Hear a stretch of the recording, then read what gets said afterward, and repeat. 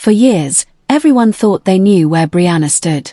She was the quiet one, the compliant one, the child who never rocked the boat.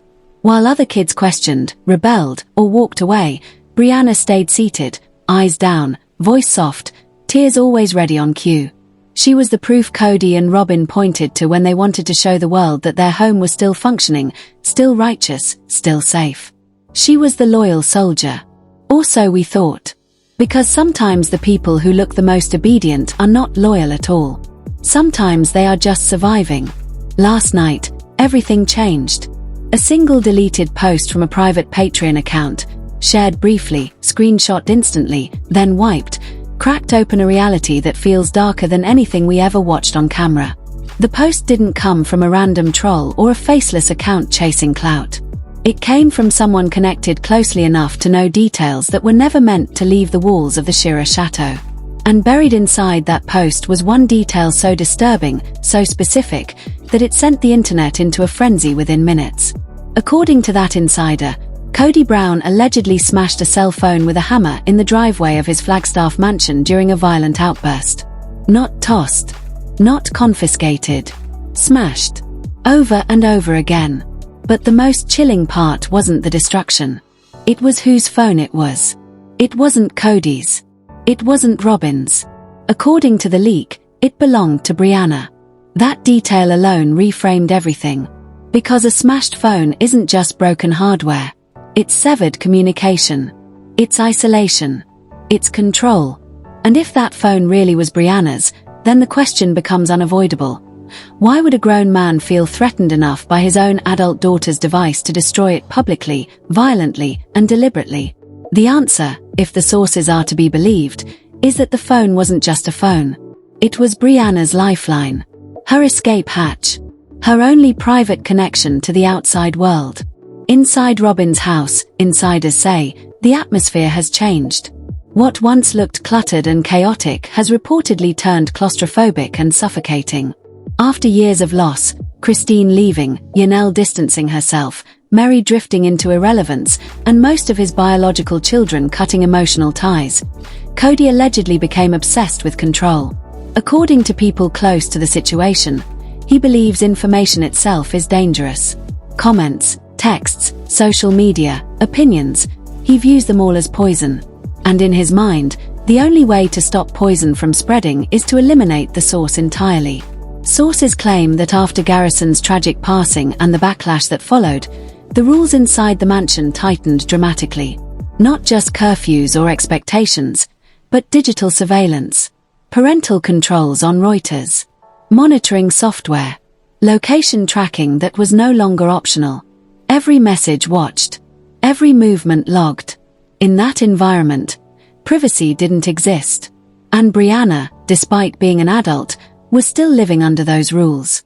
That's where the pressure began to build. Because control works, until it doesn't. Eventually, even the quietest person cracks. And according to multiple overlapping leaks, Brianna found a way to breathe. She allegedly purchased a cheap smartphone and prepaid SIM card using cash. No contracts.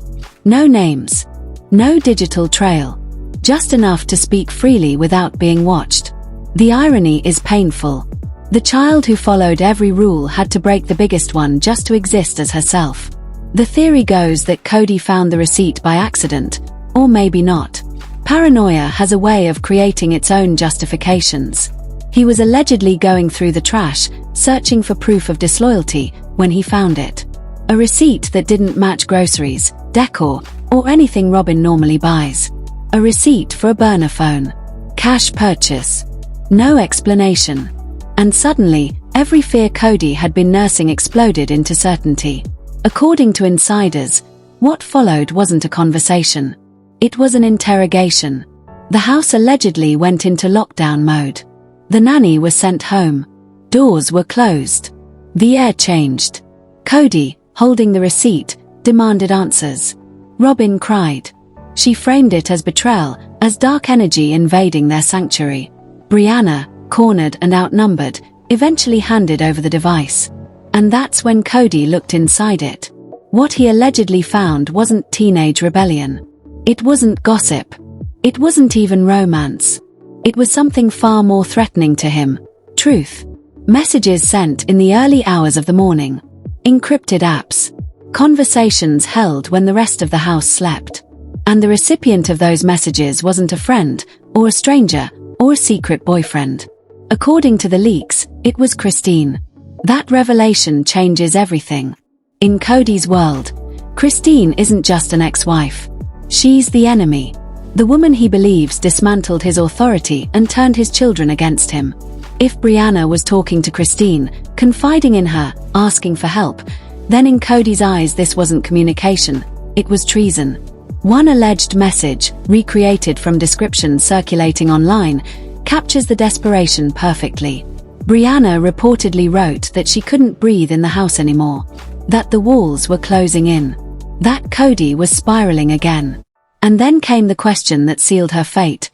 Was the offer to stay in Salt Lake still open? That one sentence implies planning. Escape. A door already cracked open. To Kody, that wasn't just a threat, it was mutiny. And according to sources, that's when the phone was taken outside and destroyed. Not hidden.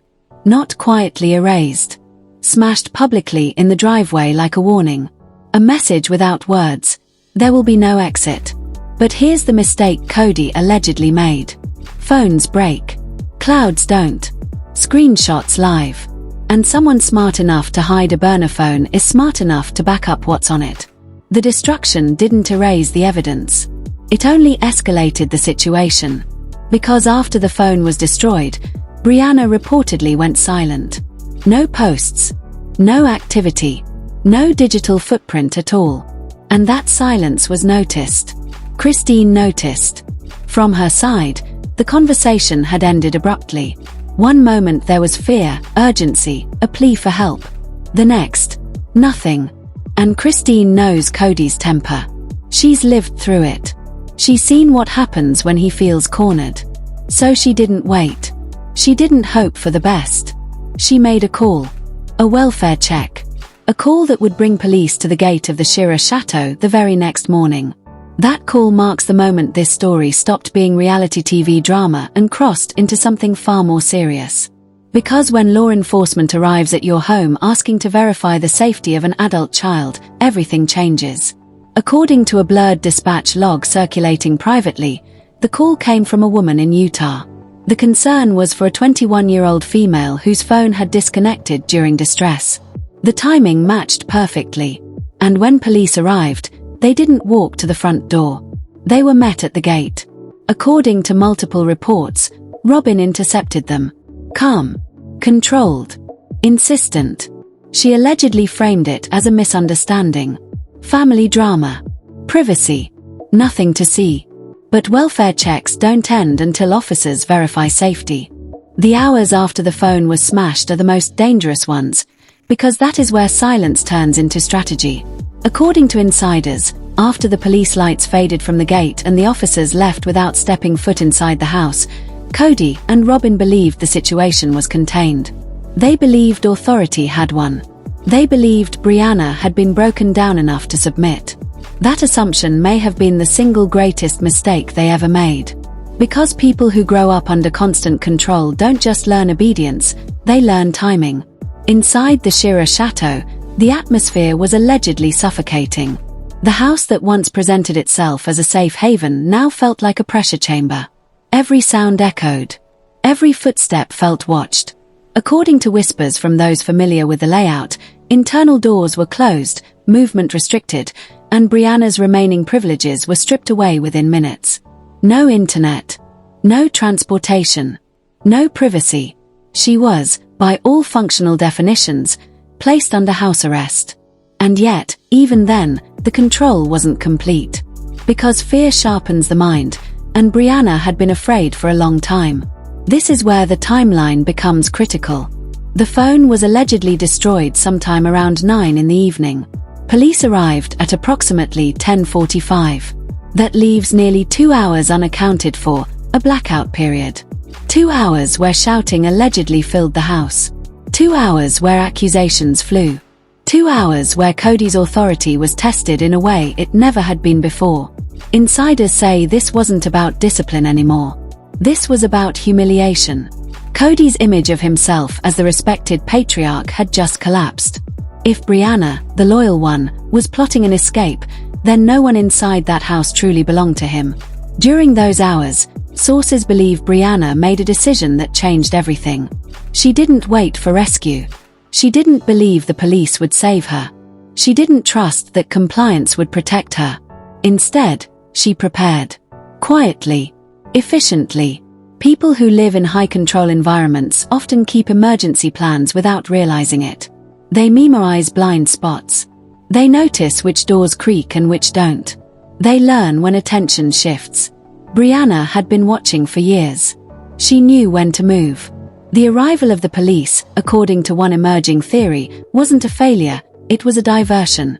While Robin was focused on managing the optics at the gate and Kody was consumed by the threat of authority and exposure, the house itself became momentarily unguarded. Attention moved outward. Eyes shifted forward. And for a brief window, the back of the property was vulnerable. The Shira Chateau sits against wooded land. Dark. Uneven. Unmonitored in places where cameras don't quite reach. Zillow listings and aerial views from years ago show a natural blind spot near the side garage entrance, leading directly into dense tree cover. According to those analyzing the maps, it would be the only viable exit that avoided cameras and immediate detection. And it is through that blind spot that Brianna is believed to have slipped away. She didn't leave with suitcases. That would have been impossible. Too loud. Too obvious. Instead, she likely carried a backpack. Essentials only. Identification. Documents. Cash. Maybe a charger. Maybe nothing sentimental at all. Trauma teaches you that survival matters more than memories. The forest was cold. Flagstaff nights are unforgiving. But fear inside the house was worse. And so she ran. What happened next is where the story begins to feel less like speculation and more like coordination. Because Brianna didn't just disappear into the woods without a destination. According to multiple online sightings that appeared briefly and were then deleted, a young woman matching Brianna's description was seen near a gas station roughly 2 miles from the Brown property just before dawn. She looked disoriented, crying, exhausted.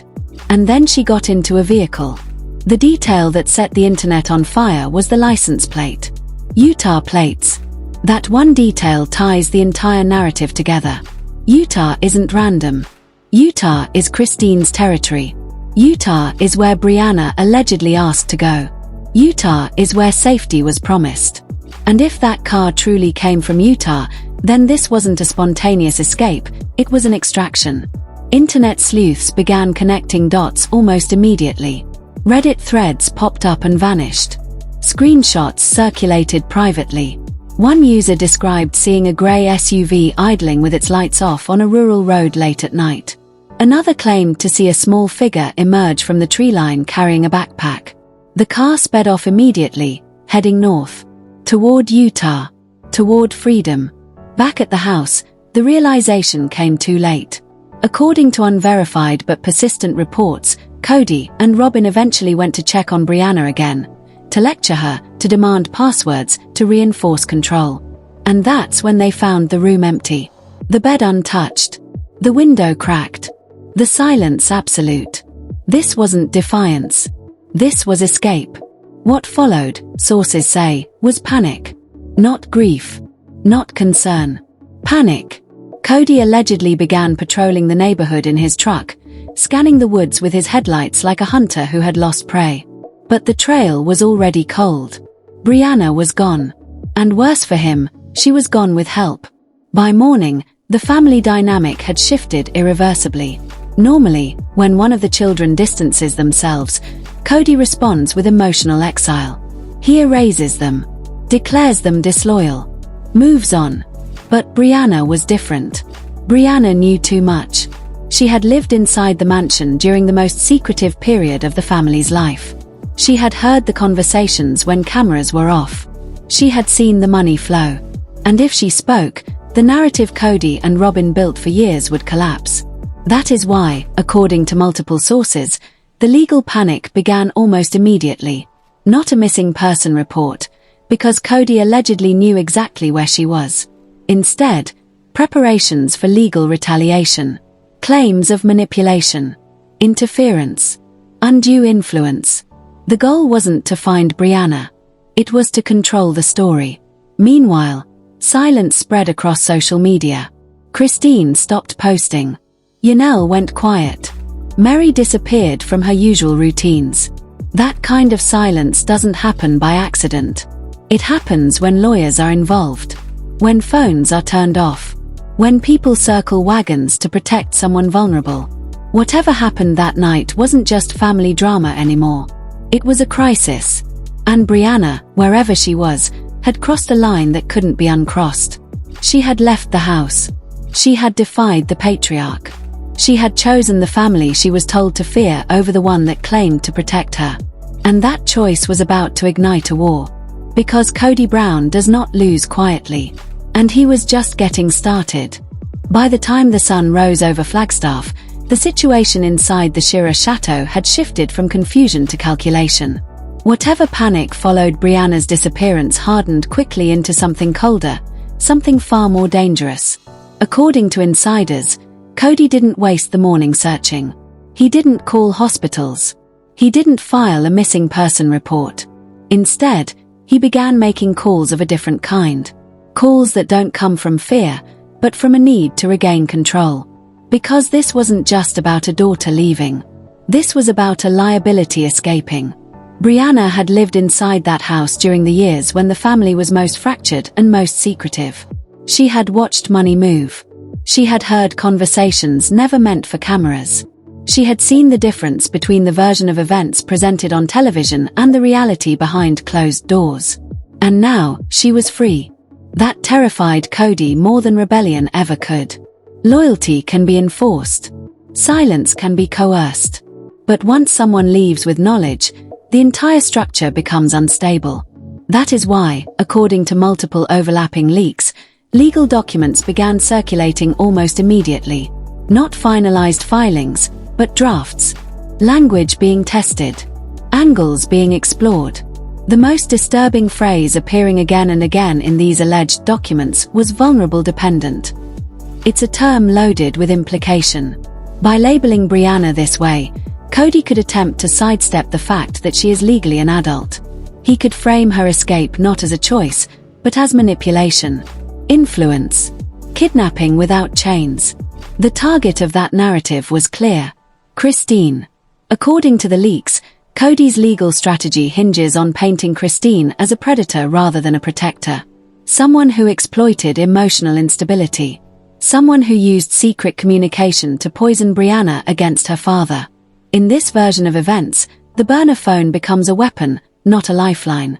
And the smashed device becomes evidence of concern rather than control. It's a bold rewrite of reality, and one that mirrors tactics used in some of the ugliest legal battles Hollywood has ever seen. But while Kody was building a case, Brianna was being hidden. The safe house theory, once dismissed as internet fantasy, began to solidify as more pieces aligned. The silence from Christine wasn't random. The absence of social media wasn't accidental. Those close to the OG wives suggest Brianna wasn't taken to Christine's main residence at all. That would have been too obvious. Too easy to track. Instead, she was allegedly moved again. Kept out of sight. Protected by people Kody underestimated. One theory gaining traction points to Mary. For years, Mary was painted as weak. Isolated. Desperate. But those closest to the family know she has quietly maintained relationships with the older children, offering support without spectacle. Her bed and breakfast sits far from the center of the drama, in a location Kody rarely visits and rarely monitors. It's private. It's defensible. And most importantly, it's the last place he would expect Brianna to be hidden. If Brianna was placed there, it wouldn't just be protection. It would be poetic justice. While Brianna was being deprogrammed from years of fear, Kody was escalating. Sightings began circulating of him driving through Utah. Not openly searching, but hovering. Watching. Closing distance. He didn't want police involvement anymore. He wanted leverage. According to whispers, He began threatening financial consequences. Lawsuits, breach of contract, non-disclosure agreements.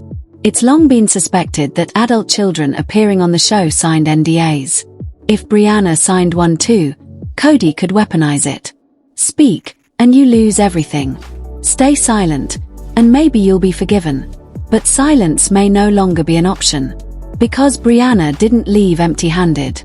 Rumors began circulating on encrypted forums that she possessed recordings, voice memos, screenshots, financial discussions, conversations between Kody and Robin about money allocations, about family funds being redirected, about assets hidden behind religious language and emotional manipulation. If even one of those recordings exists, it changes the stakes completely. This wouldn't just be a family dispute. It would be fraud. The kind that invites forensic accountants and court-ordered discovery. That is why Kody's response feels so disproportionate. He isn't trying to win back his daughter. He's trying to stop a leak. And leaks terrify people who built their power on secrecy. Back in Flagstaff, the house reportedly fell into a strange paralysis. Filming schedules were paused. Production crews hesitated. TLC, according to insiders, began re-evaluating risk. A smashed phone. Police involvement. Legal threats between cast members. This wasn't good television anymore. It was liability. And the network knows that if Brianna speaks publicly, if she validates even half of what's rumored, the entire franchise could implode. That's when another piece of evidence surfaced. A photo. It wasn't posted publicly at first. It circulated privately, passed between inboxes, enhanced quietly. Taken at a gas station in Beaver, Utah, a familiar stopping point for the family during road trips. In the reflection of a glass door, two figures stood near a car. One older, one younger. The older woman wore a leather jacket Christine had been seen wearing days earlier. The younger woman was wrapped in a blanket, head pressed into the older woman's shoulder. The posture was unmistakable. Relief. Safety. Escape. You cannot fake that kind of embrace. If that image is authenticated, it destroys the kidnapping narrative instantly. You don't run into the arms of someone who is coercing you. You run into the arms of someone who saved you. And that is why the image allegedly disappeared so quickly. Scrubbed. Reported. Buried. Because once it goes public, Kody's legal argument collapses. And still, the most dangerous piece of evidence hasn't surfaced yet. The dashcam footage. A welfare check means documentation. Body cameras. Audio. Video. The interaction at the gate. Robin's words. Kody's presence. All of it recorded. Requests for that footage have already been filed. Processing takes time, but public records laws are relentless. When that footage is released, it won't matter how carefully Robin curated her image for years. The mask will slip. And when it does, the question won't be whether Brianna was manipulated. The question will be how many others are still trapped. Because Brianna's escape didn't end the story. It exposed it. And what comes next may be the most explosive chapter yet. By the time the final pieces began to surface, it was no longer possible to pretend this was just a messy family disagreement spiraling out of control. What unfolded next carried the unmistakable weight of strategy, desperation, and fear. The kind of fear that only appears when someone realizes the story they've controlled for years is slipping through their fingers. According to sources close to the situation, a draft restraining order quietly circulated behind the scenes before ever reaching a courthouse. It wasn't filed immediately. It was tested, adjusted, rewritten. Names were swapped in and out like chess pieces.